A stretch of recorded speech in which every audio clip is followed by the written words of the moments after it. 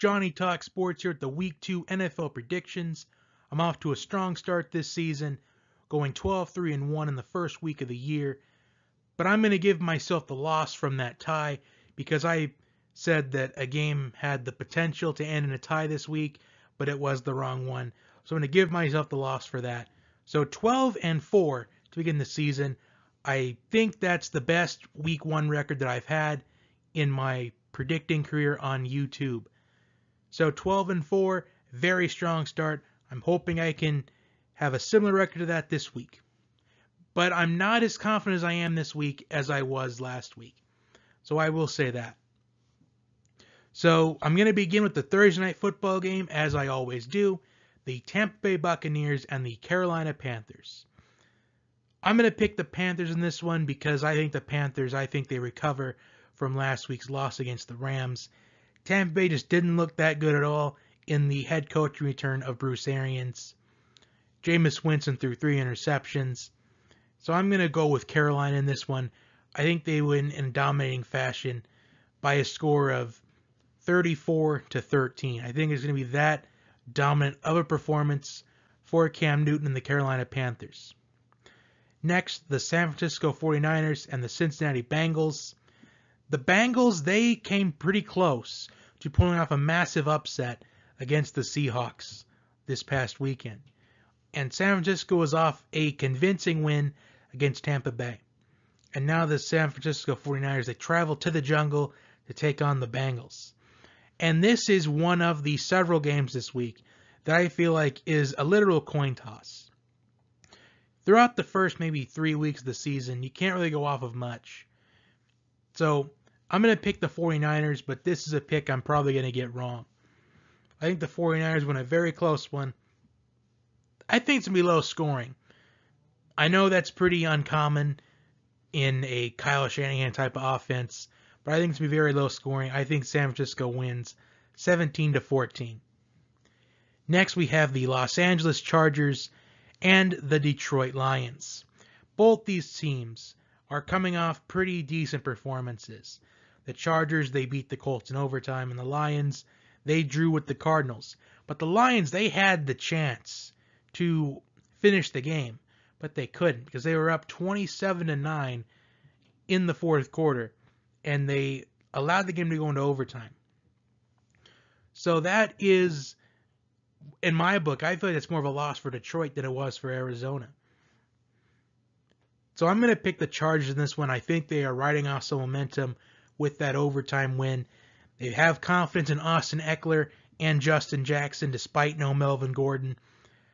Melvin Gordon has been given the rights to explore a trade, which I think Melvin Gordon's going to go somewhere where not a lot of people expect, but once it gets announced where he gets traded to, it's going to make sense. So I'm going to pick the Chargers to win this matchup. I think it's going to be an offensive scoring affair as well. TJ Hockenson for the Detroit Lions, a big performance for a tight end in his NFL debut last week. So I like this to be an offensive battle. I think the Chargers win 41-37. Next, we have the Minnesota Vikings and the Green Bay Packers, a huge NFC North showdown. Both these teams are coming off wins in week 1. The Packers coming off a 10-3 defensive slugfest over the Bears, and the Vikings, a dominant performance against the Falcons, but they did kind of like stepped back a little bit. They just eased off the accelerator a little bit in that fourth quarter. I'm going to pick Green Bay in this one. I feel like this game's going either direction, but I'm giving Green Bay the edge by being in Lambeau, and they've had some extra time to rest. Having that Thursday night game, you've got the Friday of the end of the week, you got the Saturday, Sunday. So 3 days extra rest than the Vikings have. And I think the Packers use that to their advantage. I'm picking Green Bay to win by a score of 31-23. Next, we have the Indianapolis Colts and the Tennessee Titans. The Titans are coming off a monster performance against the Browns. Complete domination, 30-point win against a team like the Browns that have been hyped all throughout the offseason. And the Colts, heartbreaking loss in overtime. But the Colts, they showed some potential with Jacoby Brissett at quarterback. So I think this game could go in either direction. But I'm going to pick the Titans. I think they have some momentum coming off their massive win against the Browns by shutting down the hype with Cleveland. So I'm going to take the Titans to start off the season 2-0. Next, we have the New England Patriots and the Miami Dolphins. And the big storyline is Antonio Brown's season debut and New England Patriots debut. So the thing to look out for is how much action is Antonio Brown going to have in this ball game. And as far as I think, it's going to be one of those games where they just let Antonio Brown, I don't think he's going to play that much. In fact, I think he's going to be on the field for probably less than 20 snaps. Because the Patriots, I feel like they're already stacked up at wide receiver as it is. Because you have Julian Edelman, Philip Dorsett. And then you have a pretty solid running game, especially backs that catch it in the backfield. Burkhead, James White, Sony Michel, who I think is going to be your run first back. So I think Antonio Brown, I think he's going to be on the field for less than 20 snaps. I know that seems like kind of a bold prediction, but you got to let Antonio Brown see the Patriots offense, kind of see it in person in a way. And plus, I don't think Antonio Brown even needs to play that much in this game. It is the Dolphins, and they are coming off a complete embarrassment of a 59-10 defeat at the hands of the Baltimore Ravens, where Lamar Jackson threw 5 touchdown passes. And it got so bad that apparently several Dolphins players have been on the phones with their agents requesting a trade because they don't want to be a part of this rebuilding process to tank for Alabama quarterback Tua Tagovailoa. But that's another thing for another day. We've got to focus on this matchup between the Patriots and Dolphins. I feel like it's very simple. Even though the Patriots, they have a little weakness playing in Miami against the Dolphins, I think they win this time because the Dolphins, they are in tanking mode. And the Dolphins, they've surrendered arguably their best players. They've surrendered Laramie Tunsil. They've surrendered Kenny Stills. And they're probably going to surrender a lot more before this trade deadline. I'm picking New England big. Next, we have the Buffalo Bills and New York Giants. Another toss-up game to me. The Bills are coming off a 16-0 comeback victory over the Jets. And the Giants, they're coming off a complete game where they were dominated by the Cowboys and Dak Prescott by having a perfect passer rating. So I'm going with the Bills with this one. I think the Giants, I feel like as long as Eli Manning's going to be the quarterback for the Giants, I feel like the Giants won't be successful. I feel like this could be the game where we see Daniel Jones get some more action. Because Daniel Jones did come in for garbage time late in the game last week. Maybe if the Bills, because the Bills are completely capable, they have the capability of completely blowing out a team. We saw that last year with the Vikings. And if the Bills, if they're starting to blow out the Giants in maybe the middle of the third quarter, we'll see Daniel Jones probably play the entire fourth. Which I think would be nice to see Daniel Jones get some more NFL action, because I think he's going to need it. So I'm going to pick Buffalo to win this matchup. I feel like Buffalo's riding momentum over their comeback win against the Jets, so that increases their confidence. I'm taking Buffalo. Next, we have the Seattle Seahawks and the Pittsburgh Steelers. The Pittsburgh Steelers offense, it looked non-existent against New England, losing 33-3 in primetime national television in front of a national audience. And the Seahawks, they escaped Sunday with a win against the Bengals, 21-20. So the way I see this matchup, it's going to come down to, can the Steelers offense, can they respond? How does the Steelers team respond by getting embarrassed in front of a national audience? And the way they're going to do that is, I feel like they got to get James Washington involved in the offense. You've got to get Juju Smith-Schuster more targets in this game. I think this is a must-win for the Steelers, because the Steelers, I think, they can't afford to start the season off 0-2. Even if their division seems a little bit easier this time around, because the Browns, so far the Browns are looking exactly who a lot of people thought they were going to be for all eternity. And the Ravens, we saw them dominate last week, but it was just the Dolphins. And the Bengals, everyone thinks the Bengals are going to be a bottom feeder in the NFL. So if the Steelers start the season off 0-2, I think they're going to definitely miss the playoffs. So this is a must-win for the Steelers, but I don't think they're going to win. I'm taking Seattle's running game. I think they're going to be able to completely run the clock down, keep the Steelers offense off the field, which, based off of evidence in last week's game, the offense is non-existent anyway.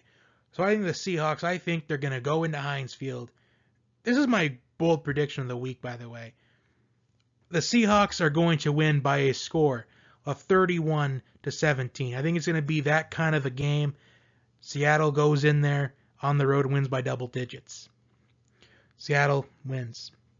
Next are the Dallas Cowboys and Washington Redskins. And I was skeptical. I was very close to picking the Redskins to pull off a so-called upset. The Redskins, they did beat the Cowboys in Washington last year. But I think that Dak Prescott, I think he's got his confidence now. Now that Zeke has been signed to an extension, he's got the money that he deserves. Dak wants to prove himself now. And Dak's off to a really good start. Second in the NFL in passing yards, only behind Andy Dalton after week 1.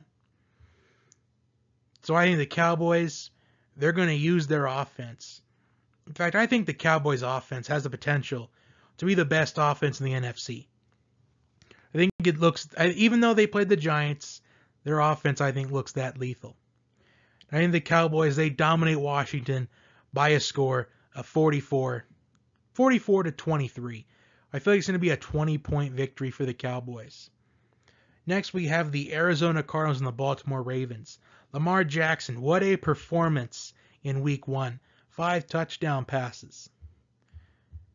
And for the Cardinals, way to come back in overtime. Well, not really in overtime, but to force overtime. Because the Cardinals could have easily just given up. I feel like 9 times out of 10, with a rookie quarterback making his debut, they probably just stopped trying and live for another week. But Kyler Murray, he grinded out. He was able to grind out the fourth quarter, force overtime. Kyler Murray, I think, already has the clutch gene in the NFL. Everybody has doubted Kyler Murray. Well, not really everybody, but so many people have doubted Kyler Murray about, does he have the clutch gene? Can he survive in the NFL? I think he can survive in the NFL. Absolutely. He's proved that he can come back from 18 down in the fourth quarter. So, the way I see this game, it's going to be a great battle. 2 talented quarterbacks, Kyler Murray and Lamar Jackson. But in the end, though, I think this Ravens defense will be a difference maker. I'm taking Baltimore to win, but it's going to be low scoring again. I think Kyler Murray, I think he's going to be able to hang in there just like he was able to not give up last week. But I think the Ravens win by a score of 31-30. I think it'll be a 1-point victory for the Ravens. Ideally, Justin Tucker hits a game-winning field goal with less than 2 minutes left. Next, we have the Jacksonville Jaguars and the Houston Texans. Nick Foles is out indefinitely, looks like for the season. Gardner Minshew stepped in the backup position role, and he did pretty solid. He made a couple plays. But now they play a Texans team that is looking to recover from a heartbreaking Monday Night Football loss in week 1. And I think Houston gets the win. I think it's going to be a huge blowout win for the Texans. And I think the Texans win by a score of 34-13. So a 21-point victory for the Texans.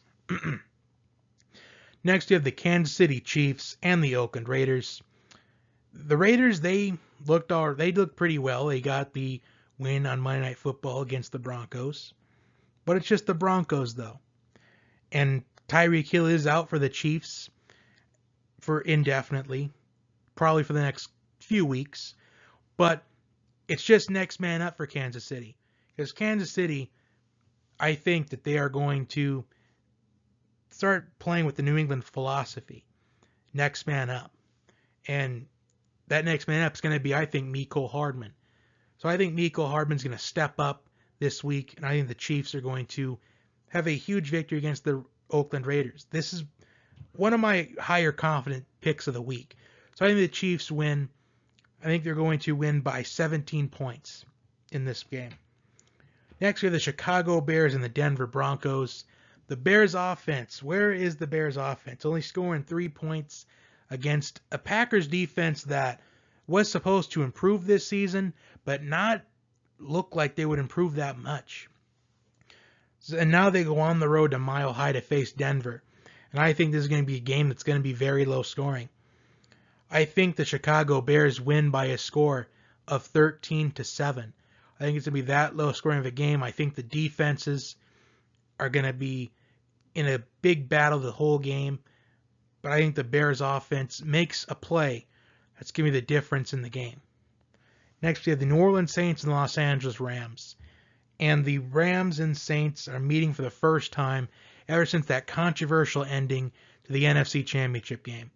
And the way I see it is, the Saints, they are out to prove something. They are going to play, I'm not sure if I said this or not last week, but the Saints will be playing with a chip on their shoulder the entire season.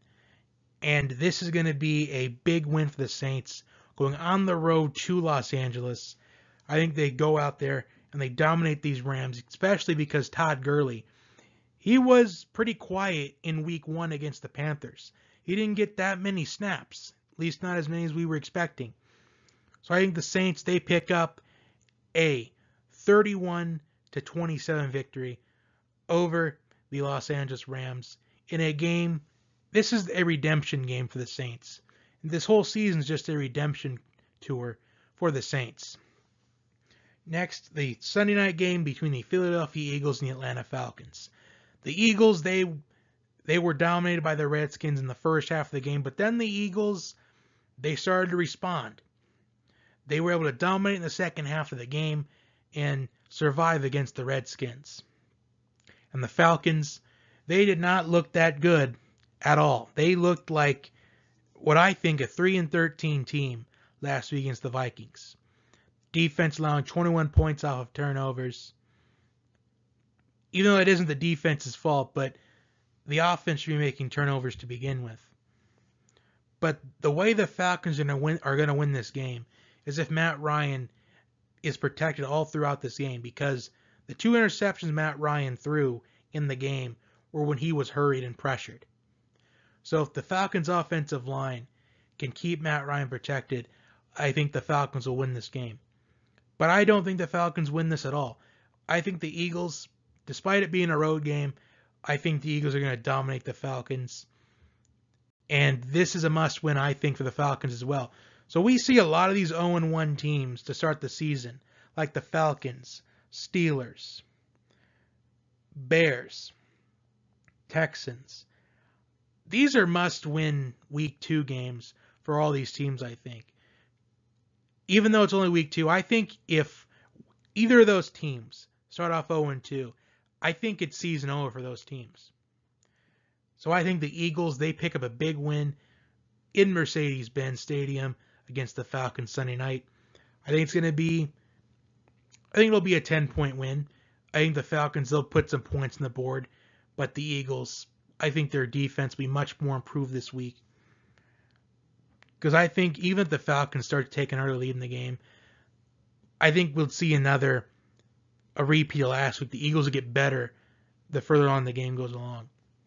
And finally, the Monday Night Football game between the Cleveland Browns and the New York Jets. This is a game where both these teams are starting off 0-1.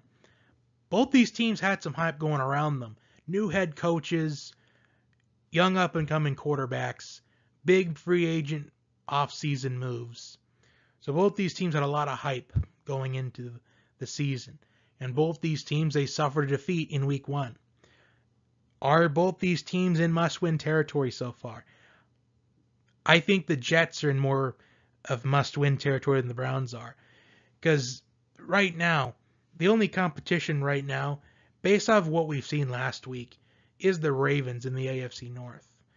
And for the Jets, I feel like this is a must-win for them if they want to stay in the division race already.